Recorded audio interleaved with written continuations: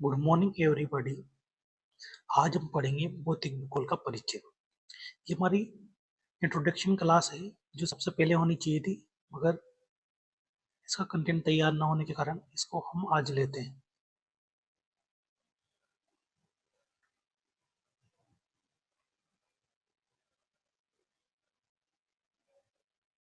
देखो, भौतिक भूगोल क्या है? एक गतिशील तंत्र है। भौतिक भूगोल पृथ्वी को एक ऐसे जीवित तंत्र के रूप में देखता है जहां स्थल, जल, वायु और जीव निरंतर एक दूसरे से क्रिया प्रतिक्रिया करते हैं।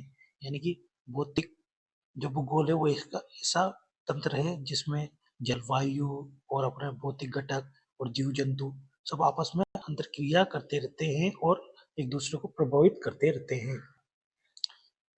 जैसे उदाहरण से समझते हैं हम, आपकी हर सांस क्या है? वायुमंडल से। आप पानी पीने का पानी वो कहाँ से आया? जलमंडल से। आपका भोजन कहाँ से मिलता है? मिट्टी से। ये सब क्या है? आपस में जुड़े हुए ही भौतिक भूगोल के तत्व हैं। क्या है? भौतिक भूगोल के तत्व हैं। भूगोल शब्द सबसे पहले इरेटोस्थिनीस ने, जो प्राचीन ग्रीक ज्योग्राफर था, जिसने प्रयोग किया था, और ये प्रथम प्रयोगकर्ता था जिसने ज्योग्राफी शब्द दिया और पृथ्वी की परिधि को मापा। देखो यहाँ पर एक टिक भी देखी, EH, यानी कि आधुनिक भूगोल वेता है हेम्बोल्ट, और जो भूगोल शब्द दिया वो इरेटोस्थिनीस EH से। तो अलेक्जेंडर हम्बोल्ट प्रकृति की एकता के बारे में बताया। वैज्ञानिक अध्ययन का प्रणेता था। यानी आधुनिक भूगोल में जो मुख्य अध्ययन किया भौतिक भूगोल का, वो कौन था? Alexander Humboldt. इसको आधुनिक भौतिक भूगोल का जनक भी कहते हैं। देखो, भौतिक भूगोल भौतिक भूगोल का प्राचीनतम जनक कौन है? पोसिडोनियस, जिसने ओशियन द बुक लिखी।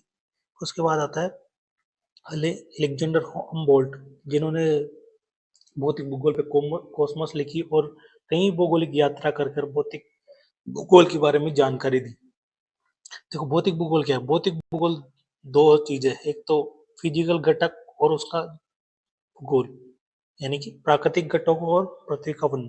जैसा फिजी फिजी यानी प्राकृतिक विज्ञान, और ज्योग्राफी यानी भूगोल, यानी पृथ्वी का वर्णन। इन दोनों से मिलकर क्या बना है? भौतिक भूगोल। देखो, अर्थात पृथ्वी के प्राकृतिक स्वरूप, पर्वत, नदी, महासागर, जलवायु और उनके पीछे काम करने वाली प्रक्रियाओं का वैज्ञानिक एवं विश्लेषणात्मक अध्ययन। यह केवल वर्णन नहीं है, बल्कि क्या, क्यों और कैसे का विज्ञान है। यानी क्यों हुआ और कैसे हुआ का विज्ञान। जैसे बरसात क्यों हो रही है तेज, यानी अधिक वर्षा क्यों हुई, कभी बरसात कम क्यों हुई, उसका क्यों हो रही है ये, उसका पीछे का कारण क्या है, ये हमारा क्या पार्ट है? भौतिक भूगोल का। जैसे दैनिक जीवन उदाहरण से हम समझते हैं इसको। आप अगर गूगल अर्थ पर अपने शहर के पहाड़, नदी को जूम करके देखोगे तो आपको भौतिक भूगोल के डिजिटल रूप का उपयोग नजर आएगा तुम्हें। ठीक है।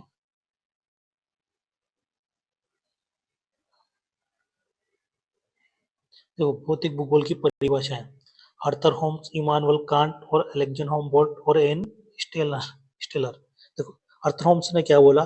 भौतिक पर्यावरण का अध्ययन ही भौतिक भूगोल है। किसका अध्ययन? भौतिक यानी फिजिकल इन्वायरमेंट का अध्ययन। जो हमारे आसपास जो प्राकृतिक घटक है उनका अध्ययन ही क्या है? भौतिक भूगोल। जिसमें स्थलाकृति, सागर और वायुमंडल का विवरण शामिल है, जिसमें तीनों मंडल आते हैं, जल, थल, स्थल मंडल। इमानुअल कांट इमानुअल कांट ने क्या बोला? भूगोल वह विज्ञान है जो पृथ्वी की सतह पर वस्तुओं के वितरण का अध्ययन करता है। यानी कि पृथ्वी की सतह पर, यानी धरातल पर जो पर्वत, पठार, मैदान है, उनका अध्ययन कराना क्या है? भौतिक भूगोल।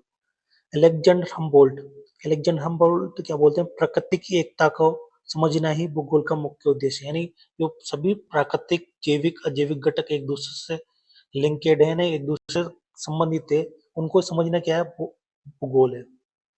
एन एन स्टेलर ने क्या बोला? भौतिक भूगोल को जैविक परत या संपर्क क्षेत्र के रूप में परिभाषित किया जाता है, जहां सभी मंडल मिलते हैं। यानी भौतिक भूगोल को जैविक परत बताया जाता है, जैसे स्थल मंडल, वायुमंडल, जलमंडल। इन चारों इन तीनों के बीच में जो अंतरपृष्ठ क्षेत्र बनता है उसको क्या बोलते हैं हम? भौतिक भूगोल। स्टेलर क्या बोलते हैं? ये एक स्थल मंडल, ये जल मंडल, ये वायुमंडल। तो जो बीच वाला पार्ट है ये इसको हम क्या बोलते हैं? भौतिक भूगोल।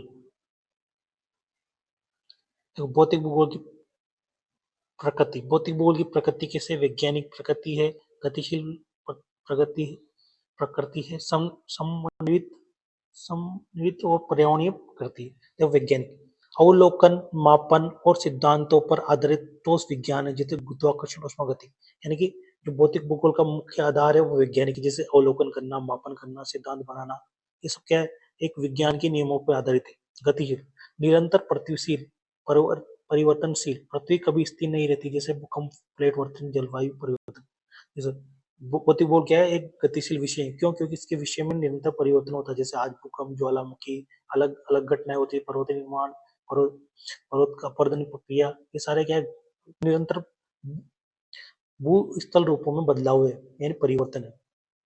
समन्वित, अब भौतिक भूगोल एक समन्वित विषय है जिसमें हम स्थल, जल, वायु, जीव का एक साथ संयुक्त अध्ययन करते हैं। यानी कि भौतिक भूगोल में तीनों मंडल का अध्ययन करेंगे, उसके बीच का समवर्त मंडल का अध्ययन करेंगे। जो हमने इनेस्टेलर ने बताया, अंतरपृष्ठ क्षेत्र, पर्यावरण, मानव और प्रकृति के बीच के नाजुक संबंधों का अध्ययन भी होता है भौतिक भूगोल में, कि मानव कैसे प्रकृति को नुकसान पहुंचाता है, नुकसान प्रकृति को उसका बदला कैसे लेती है। ये सब क्या है? हमारे भौतिक भूगोल की प्रकृति है। देखो उदाहरण से मौसम का पूर्वानुमान भौतिक भूगोल की वैज्ञानिक और गतिशील प्रकृति का सबसे बेहतरीन उदाहरण है। जैसे हम मौसम का पूर्वानुमान लगाते हैं, पहले भविष्यवाणी करते हैं, आकलन करते हैं, ये क्या है? वैज्ञानिक तथ्य है। क्या है? भौतिक भूगोल का वैज्ञानिक तथ्य है। जैसे और उसकी प्रकृति, भाई कितनी बढ़ रही है, कब ज्यादा कम हो रही है, कब ज्यादा बरसात हो रही है, तो ये क्या है? अपना भौतिक भूगोल का गतिशील पॉइंट है। और जब इसमें हम और भी डेटा शामिल करेंगे, कृषि की, इनकी, तो ये हो गया समन्वित अध्ययन हो गया। और भाई क्यों हो रही है, ज्यादा क्यों हो रही है, उस किस प्रदूषण के कारण हो गई, तो ये क्या हो गया? हमारा पर्यावरण हो गया। तो ये एक ही उदाहरण से हम चारों टॉपिक को याद रख सकते हैं। ये देखो एन स्टेलर ने बताया अंतरपृष्ठ क्षेत्र, ए एन स्टालर,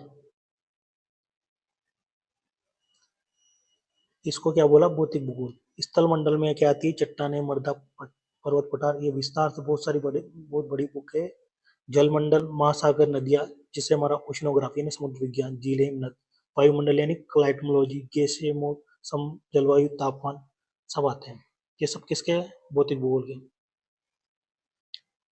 भौतिक भूगोल की अलग अलग शाखाओं में क्या क्या अध्ययन करते हैं? जैसे स्थल मंडल में क्या करते हैं? भू आकृति यानी जियोमोर्फोलॉजी का अध्ययन करते हैं, जैसे पृथ्वी की उच्चावच, पर्वत, पठार, मैदान, चट्टाने और उनके निर्माण की प्रक्रिया, भूकंप और जलवायु का वलन, भ्रंशन, ये सब क्या? और अलग अलग जियोमोर्फोलॉजी सिद्धांत है, स्थलाकृतिक रूपें हैं, स्थलाकृतियां हैं, ये सब किसके? भू आकृति विज्ञान के। जलवायु विज्ञान, जलवायु विज्ञान में किसका अध्ययन करते हैं? वायुमंडल का, ये तापमान, वर्षा, वायुदाब, पवन तंत्र और दीर्घकालिक जलवायु परिवर्तन। समुद्र विज्ञान, समुद्र विज्ञान में किस? जलमंडल में समुद्र विज्ञान का अध्ययन, जिसमें महासागरीय धारा, महासागरीय उच्चावच, लवणता, प्रबलता, प्रवालवृत्ति, समुद्री जल, ज्वार भाटा, महासागर निक्षेप आदि का अध्ययन करते हैं। और देखो जीव भूगोल में किसका अध्ययन करते हैं? जैवमंडल, जैवमंडल में करते हैं जीव भूगोल, जिसमें वनस्पति और जीवों का वैश्विक वितरण और उनके पारिस्थितिक तंत्र, यानी वो कैसे एक दूसरे को प्रभावित करते हैं, कैसे अनुकूलित करते हैं, ये सब किसका अध्ययन है? भौतिक भूगोल का। देखो भौतिक भूगोल की शाखा आती है अपनी भू आकृति विज्ञान। पृथ्वी की सतह का विज्ञान निर्माणकारी और विनाशकारी बल होता है, यानी अंतर्जात बल और बहिर्जात बल, यानी एक को बनाना और एक का मिटाना, यानी विनाश करना। ये दोनों क्या है? अपने भू आकृति विज्ञान के इसके इर्द गिर्द ही पूरा भौतिक भूगोल की भू आकृति शाखा आती है, जिसमें जैसे उदाहरण देखते हैं, आपके शहर का ढलान किधर है और बारिश का पानी किधर बहता है, ये प्रकृति कौन बताती है? भू आकृति विज्ञान, जलवायु विज्ञान।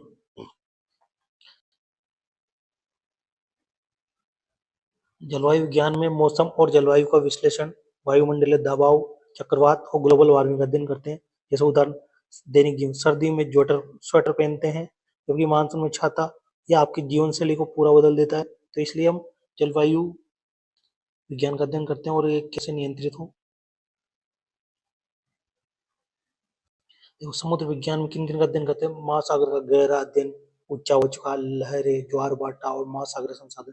जिसे हमारे दैनिक जीवन के उदाहरण समझो समुद्र विज्ञान के, जैसे तटीय इलाका है महाराष्ट्र वाला एरिया सामान्य, यहाँ पर समुद्री तूफान आते हैं, चक्रवात आते हैं, ये सब किसका अध्ययन का पॉइंट है, समुद्र विज्ञान का। जबकि जीव भूगोल में हम किसका अध्ययन करते हैं, पादप और जंतु का भौगोलिक वितरण, पारिस्थितिक तंत्र का संतुलन।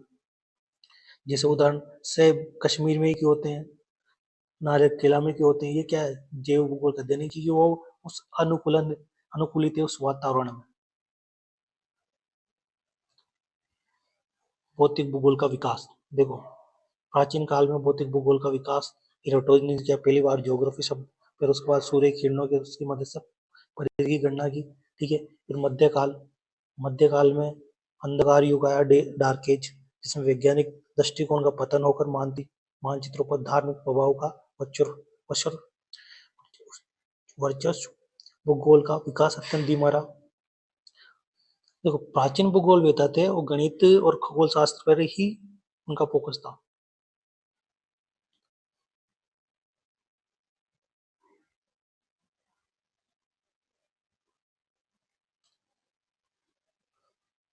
देखो फिर उसके बाद आधुनिक काल आया, आधुनिक काल में अपने कौन आए, एलेक्जेंडर हमबोल्ट ने समताप रेखाओं का आविष्कार किया, किसने, आइसोथर्म का, और कार्ल रिटर के साथ मिलकर इसे एक व्यवस्थित विज्ञान बनाया, जैसे कॉस्मोस जैसी महान पुस्तक लिखी, किसने लिखी थी, एलेक्जेंडर हमबोल्ट ने।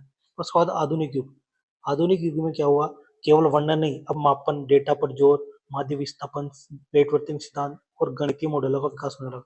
यानी कि अब वैज्ञानिकता आ गई पूरी तरीके से, हर चीज को हम एनालिसिस करेंगे, वो भी किसके आधार पर, डेटा के आधार पर। वर्तमान में देखो क्या क्या है, वो कर गया अपने भौतिक भूगोल में, उपग्रह यानी रिमोट सेंसिंग, अंतरिक्ष से पृथ्वी का डाटा और तस्वीरें एकत्रित करना बिना भौतिक संपर्क के, है ना। और जीआईएस यानी विश्लेषण करना, ज्योग्राफिक इंफॉर्मेशन सिस्टम द्वारा, कंप्यूटर द्वारा उस डेटा का विश्लेषण करना, डिजिटल मानचित्रण करना कि कैसी पृथ्वी की कैसा स्थल धरातल है, और उस पर एक्शन लेना कि जलवायु परिवर्तन की समय निगरानी रखना, आपदा प्रबंधन करना, सटीक नेविगेशन करना, ये सब क्या है, अपने भौतिक भूगोल के नवीन या अभिनव प्रवृत्तियां हैं, जिसको हम उदाहरण से समझते हैं। तो जब आप जोमेटो या स्विगी से खाना मंगाते हो या कैब बुक करते हो, तो पृष्ठभूमि में जीपीएस और जीआईएस भौगोलिक तकनीक का ही काम करते हैं, क्योंकि वो उस रूट से ही तो आते हैं कि भाई कौन सा एरिया से क्या है। तो ये सब किस पे मैप बना पूरा, यह जीपीएस, अपने भौगोलिक तंत्र के आधार पर। देखो भौतिक भूगोल का महत्व क्या है, कृषि में मृदा के प्रकार और मानसूनी वर्षा का पूरा अनुमान से खेती की योजना बनाना, आपदा प्रबंधन में जैसे भूकंप, बाढ़ और चक्रवात का पूरा अनुमान लगाकर लाखों की जान बचाना, संसाधन प्रबंधन में जल संरक्षण, खनिज अन्वेषण और वनों का सतत उपयोग करना कि भाई नुकसान ना हो और उनको एक सही तरीके से यूज करें। फिर शहरी नियोजन में, अर्बन प्लानिंग में नदियों के बाढ़ क्षेत्र, फ्लोड प्लेन्स और भूकंप जोन, सेस्मिक जोन को ध्यान में रखकर शहर बसाना, यानी कि कहाँ पर शहर या अधिवास बसाने के लिए, नगर सिटी या शहर को स्थापित करने के लिए जगह सही है जहाँ पर बाढ़, भूकंप आदि से बचा जा सके, इसका नियोजन करना। पर्यावरणीय समझ, जैसे कार्बन चक्र, ग्लोबल वार्मिंग और प्रकृति के संतुलन को गहराई से समझना, ये सब क्या है, भौतिक भूगोल के हमारे मुख्य उद्देश्य है। दैनिक जीवन से जुड़ाव से हम दैनिक जीवन की लाइफ से हम देखेंगे कि भौतिक भूगोल के उद्देश्य क्या है। जैसे खेती के लिए मौसम पूर्वानुमान देखना कि भाई बरसात कितनी ज्यादा होगी तो उस हिसाब से फसल लगाना, शहरी विकास के लिए जो बाढ़ और भूकंप आदि का क्षेत्र का देख के भी शहर बसाना, भाई नदी का जो प्रवाह है कितना क्या बरसात के काल में कितने कितने मीटर तक आता है, फिर उसके अनुसार ही हमें शहर बसाना, ये सब क्या है, भौतिक भूगोल के हमारे महत्व है। देखो अब एक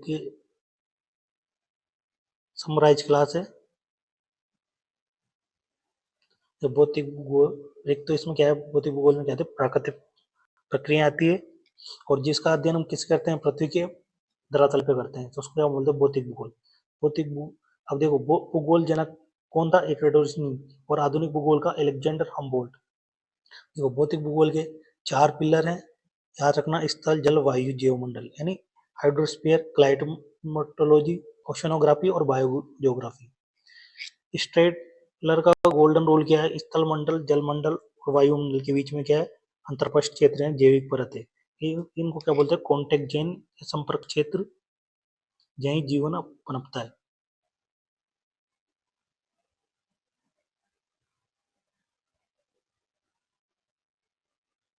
देखो निष्कर्ष, भौतिक भूगोल केवल पहाड़ों और नदियों को रटने का विषय नहीं है, ये हमारे घर के ऑपरेटिंग सिस्टम को समझने का विज्ञान है। यानी ये केवल नदी पहाड़ पढ़ना ही नहीं है, ये हमें कैसे प्रभावित करते हैं, हमारे जीवन को कैसे, हमारा जीवन इन पर निर्भर है, इसको समझना ही क्या है? भौतिक भूगोल है। आज के जलवायु संकट के दौर में भौतिक भूगोल हमें सतत विकास का मार्ग दिखाता है।